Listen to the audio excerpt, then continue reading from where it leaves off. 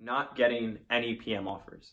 That's a very realistic possibility that a lot of my friends have been in that position. But hopefully you're watching this video because you just want to prepare for the worst. In facing rejection, I talk about what to do, what happens when you get rejected, but what do you do when all of those fail and you don't get a PM offer? Well, really before that even happens, you should be prepared.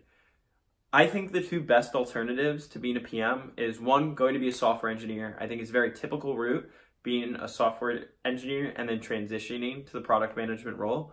And I think another one is a business analyst position to a PM role.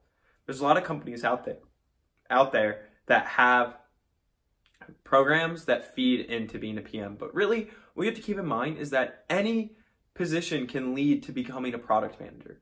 I've talked to people that left customer service to become product manager. People leave sales to become product manager.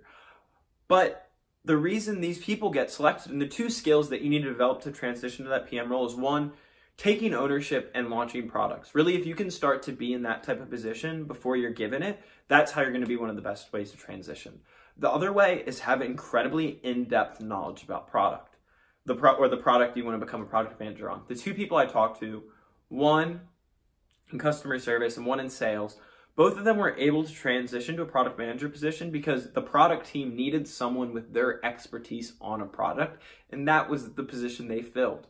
So what it comes down to is you just need to be able to bring something to the table.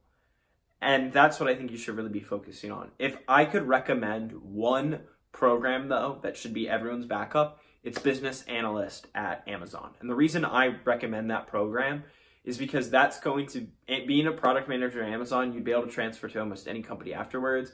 You're going to learn an absurd amount from one of the greatest companies in the world. And that, the business analyst position at Amazon has a very strong track of leading the product manager in 2 to 4 years.